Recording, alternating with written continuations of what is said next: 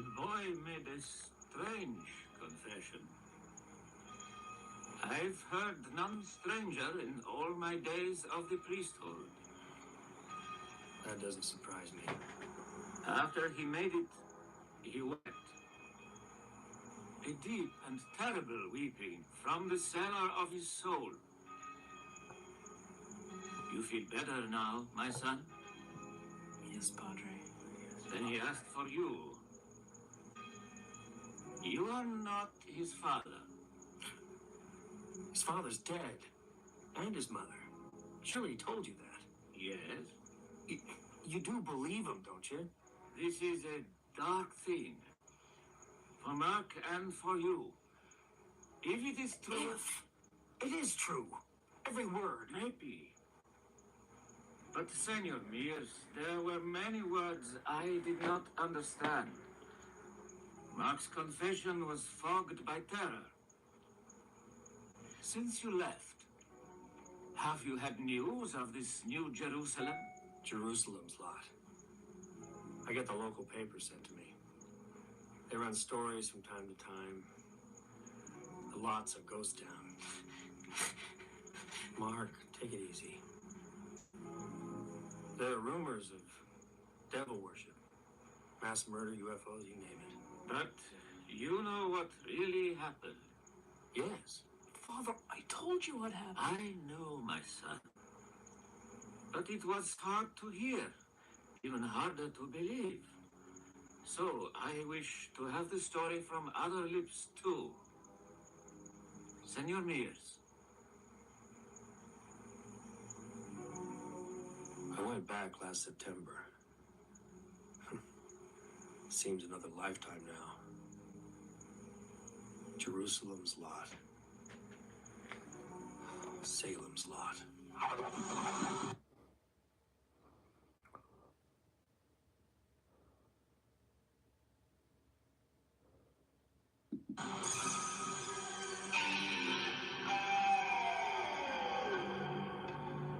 Stephen King's Salem's Lot. After a few miles, Route 12 became Jointer Avenue. I took a detour along the Burns Road. When I first saw it again, looking down over the town, I shivered. Even so, I couldn't resist it. I just had to take a look.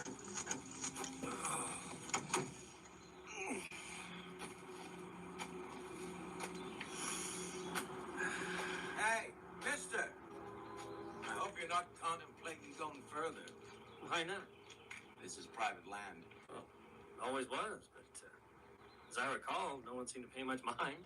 Oh, that's so? Well, they do now. It seems like you've been here before. Yeah, I used to live in the lot years ago. Ben Mears. Larry Crockett, real estate. How do you do? Yeah, I'll be staying a while. Need a place to live. I don't suppose. The Marsden house? Yeah. Look at it, Ben. Who'd live in that? You'd never sleep nights. It's in a good position. It's not for rent. It's just been sold. Sold? You're kidding. Who bought it? Look, Ben, here's my card. Oh, thanks. I've got an office on Joiner Ave. Call in, and maybe I can fix you up. I turned from the Marsden house and drove down the hill into town. It was a few days later that I saw the girl watching me. I was sitting on a bench in the park.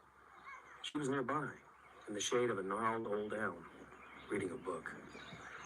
She kept glancing up. I usually don't speak to strange women, but do we know each other? No, I mean, that is... It's just that you've been looking at me for 15 minutes now, and, well, it's very flattering. You're Benjamin Mears, right? Right, how'd you know? I'm reading this. There's your picture on the jacket. I couldn't believe it, but now I do. Would you autograph it for me? Oh, yeah, sure. Hey, a library book? I'll buy them a new one. What's your name? Susan Norton. There. Oh, thanks. It's awfully good. I'm glad you think so. I loved Conway's daughter, too. Ah, that's the minority view. Look, Susan, can I buy you an ice cream soda? I was just getting a hanker for one. It was then in that soda parlor that I first saw Mark. To be honest, I hardly noticed him. I only had eyes for Susan. I bet you don't even remember. Too busy with my friends. One of them was Denny Glick. Strange. Yeah. How could we have known that in just a few weeks, our lives would all be tangled up together? I know, that's so annoying, just because he's younger than I am. Anyway, I got a new one for Ghoul. Cool, what's it like? All things in claws. Walking through a graveyard. Ah. I haven't painted yet, but I'll need lots of red, because it is so cool. I mean, I plan to go to New York. Maybe next year. You don't like the lot? No, I love it. I've lived here all my life. But enough of me. How about you? Me? What's a big city novelist doing in the thriving community of Jerusalem's lot? Population 1,300. Would you believe, writing a novel? What, here? In the lot? What's it about? Are you gonna... You're dripping. Oh, thanks. Sorry. I didn't mean to pry. I'm not usually gushy. No apologies, please. When I was a kid, I lived here, on the Burns Road, out near Harmony Hill. Oh, there's nothing there now but a little graveyard. Yeah, I know. Went out to look. Well, don't stop there. Why did you come to live in the lot? How long were you here? My dad died when I was 7. My mom had a sort of breakdown. While she got her act back together, she farmed me out to my Aunt Cindy. Cynthia Stowens.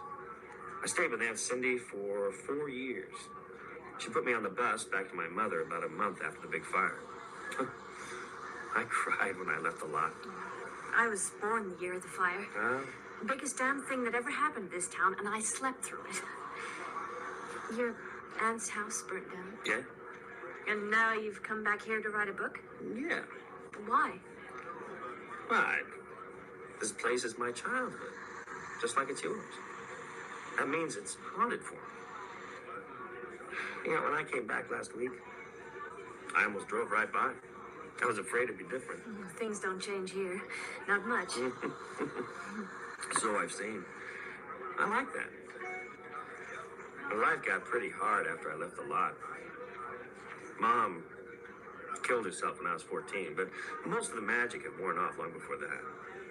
What there was here. It's still here. Looking out on Joyner Avenue now, it's like looking through a thin pane of ice. Like the one you can pick off the top of the town cistern in late November. Looking through that at your childhood. What you see is wavy, misty. Some places it trails off to nothing. But it's still there. Most of it. Would you like to go to a movie tonight?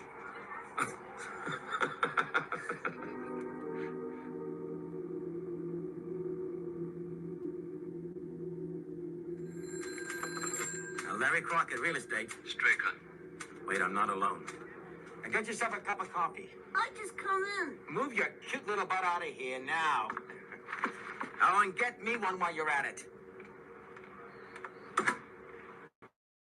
Mr. Straker, glad to hear from you at last. No, you're not, Mr. Crockett. Not glad, not surprised either. You got my letter? Came last week. You've done what I asked? Sure, everything just like you said, Mr. Straker. Had the poster made up. Very classy. Opening in 1 week, Barlow and Straker Antiques. Browsers welcome. You will put it up tomorrow in the window of the shop. Consider it done. As for the master I put padlocks on all the doors. Got the keys right here. Unnecessary expense, you ask me. No one I goes didn't near ask, Mr. Crockett. I will collect the keys this afternoon. So you're moving in at last. Folks have been wondering... Mr. Crockett, let me remind you of what I said at our first meeting. You will not speak of our little deal, nor of myself and my partner, Mr. Barlow. You will do as I ask, and you will keep quiet. Mr. Straker, you're not from these parts. Well, this isn't Boston or New York. Sure, I'll keep quiet. But folks will still talk. There's gossip already. The ignorant tattle of the townspeople is of no consequence. Mr. Crockett, do as I ask, and you will be a very rich man. But talk about it, and I will ruin you. Understood? Understood. But remember, I made a condition here, too. Whatever you're doing in that house, making bombs or moonshine or $20 bills, I don't want to know. Agreed? Agreed. See you later, Mr. Crockett. My mama warned me about deals with the devil.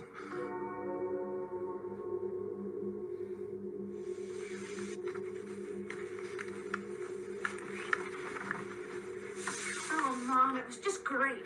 We talked the whole afternoon. We just had so much in common. Can I see his book?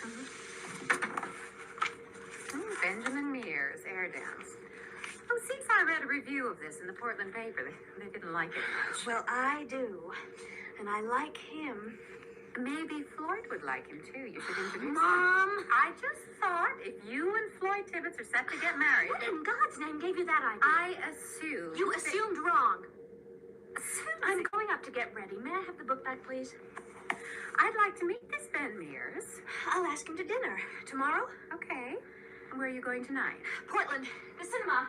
What should I tell Floyd when he calls?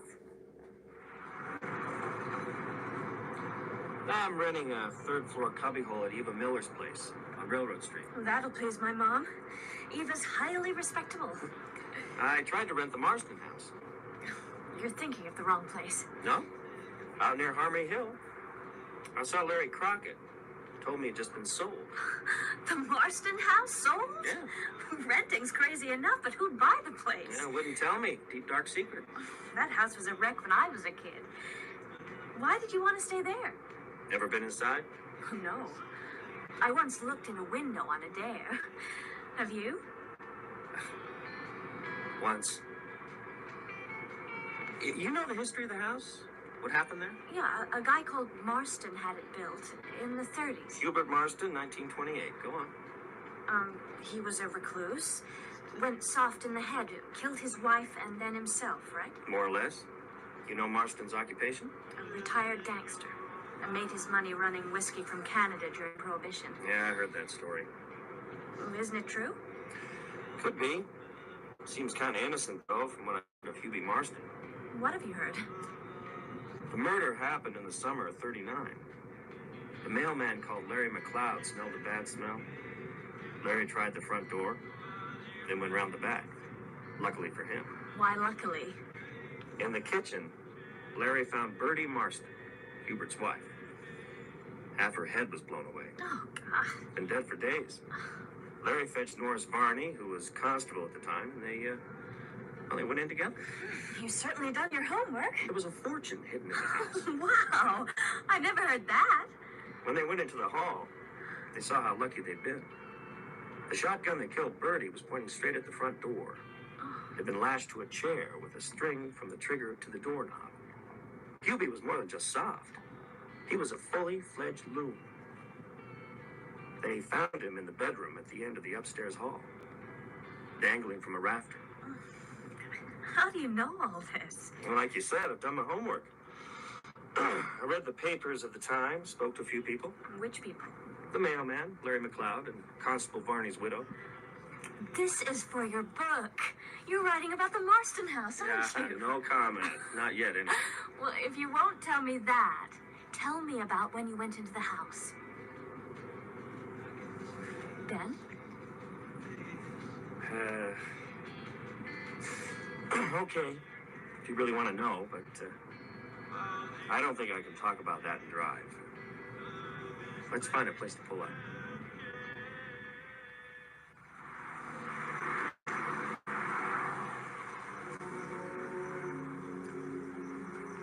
When I lived in the lot, the kids I played with were all a year or two older than me. Well, they had a gang. The Red Devils. That summer, the summer I was 9, I wanted to be a Red Devil more than anything in the world. that there was a test. My test was to go into the Marston house and bring something out. You know, booty. I got in through a window. In a downstairs room, I found one of those snow globes. You know, there's a little house inside and you shake it, it snows. I should have left then, but I had something to prove. So I went upstairs to the room where Hubie hanged himself. Oh, Ben. Light me a cigarette, will you? I'm trying to quit, but I need one for this.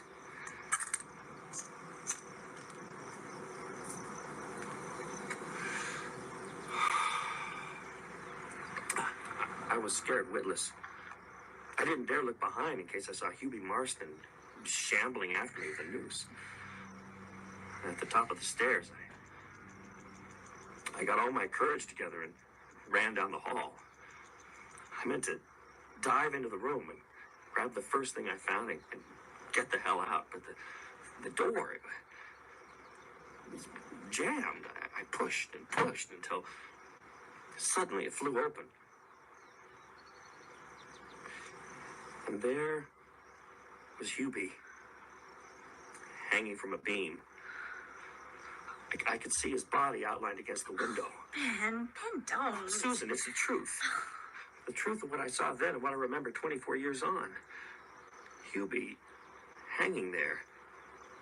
Face green, eyes puffed shut, hands livid. Then he opened his eyes.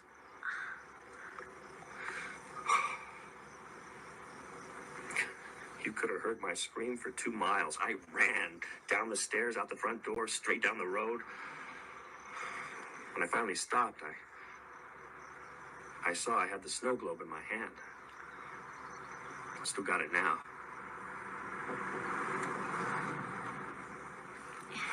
You don't really think you saw Hubert Marston, do you, Ben? Well, I don't know. Probably I was so keyed up that I hallucinated, or maybe it's true that houses absorb the emotions that are spent in them, and they hold a kind of dry charge. And the right person, an imaginative boy, for instance, can release that charge. I don't mean ghosts. More like a kind of psychic television in 3 dimensions. I slept with the light on for weeks after that. I've dreamed about opening that door on and off ever since. Whenever I'm in stress, the dream comes. Oh, that's terrible. Yeah, not so terrible. We all have our nightmares. Hey, come back to Eva's and sit on the porch for a while. I can't ask you in. House rules, but I got Coke in the icebox and some Bacardi in my room if you'd like a nightcap.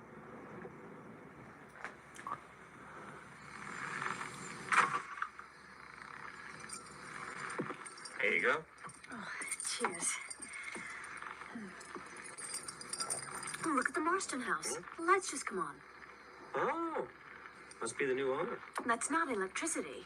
Too yellow and faint. Kerosene lamp? Well, they probably haven't got the power turned on yet. Maybe. Oh, I wonder who it is. I dare say we'll know soon. May I, join you? Please. That was quite a story that you told me in the car. Yeah, I suppose so.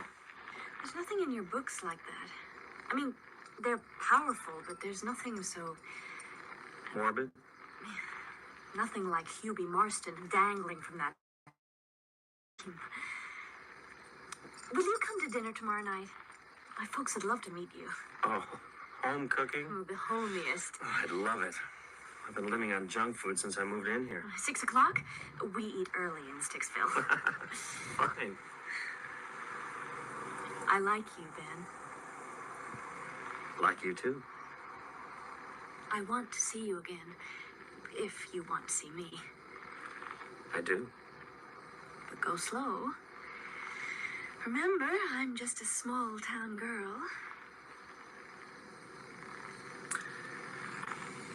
Am I supposed to kiss you now?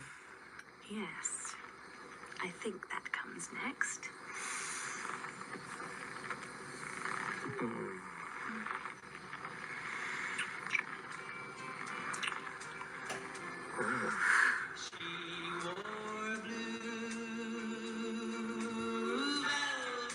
How's your head this morning, Weasel?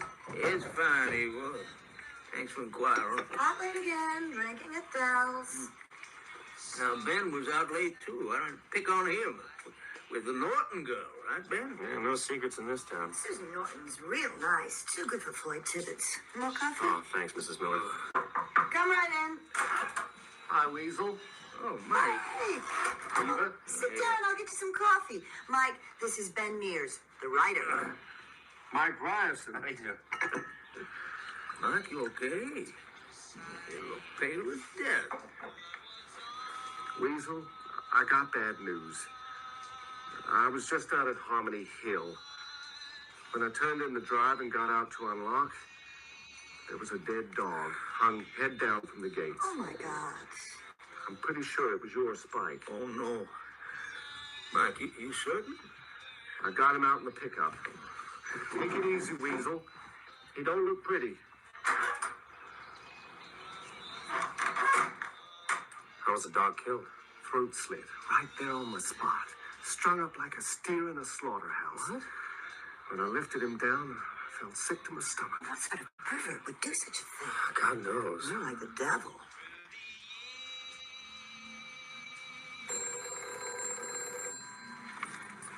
Yeah, Larry Crockett. I need a service. Straker, I was just thinking about you. Maybe I'm psychic. You will procure a truck, a big one. Have it at Portland Docks tomorrow night. Yeah. Custom House Wharf with 2 men. I got that. There are 12 boxes to be picked up. 11 are to go to the shop. The other contains a valuable sideboard, Hepplewhite. Your men will know it by its size. This box must be taken to the house. I got it. I want it in the cellar. Your men can enter through the outside cellar door. Mr. Straker, The this padlock on the door will be left unlocked.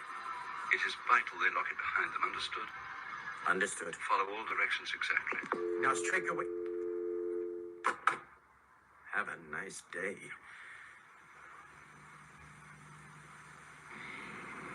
This is the first time we've seen a real live author up close.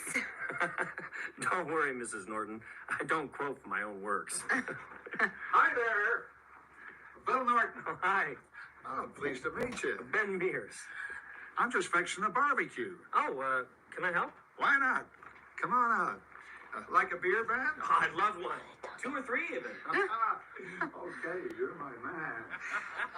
That's great. Do you hear about Weasel Craig's dog? Spike, has he run off again? He's always doing that. No, he was killed this morning. Hit with a car? No, sacrificed. What? I don't know about that, Mrs. Norton. Mike Ryerson went out to the cemetery early and found Spike hanging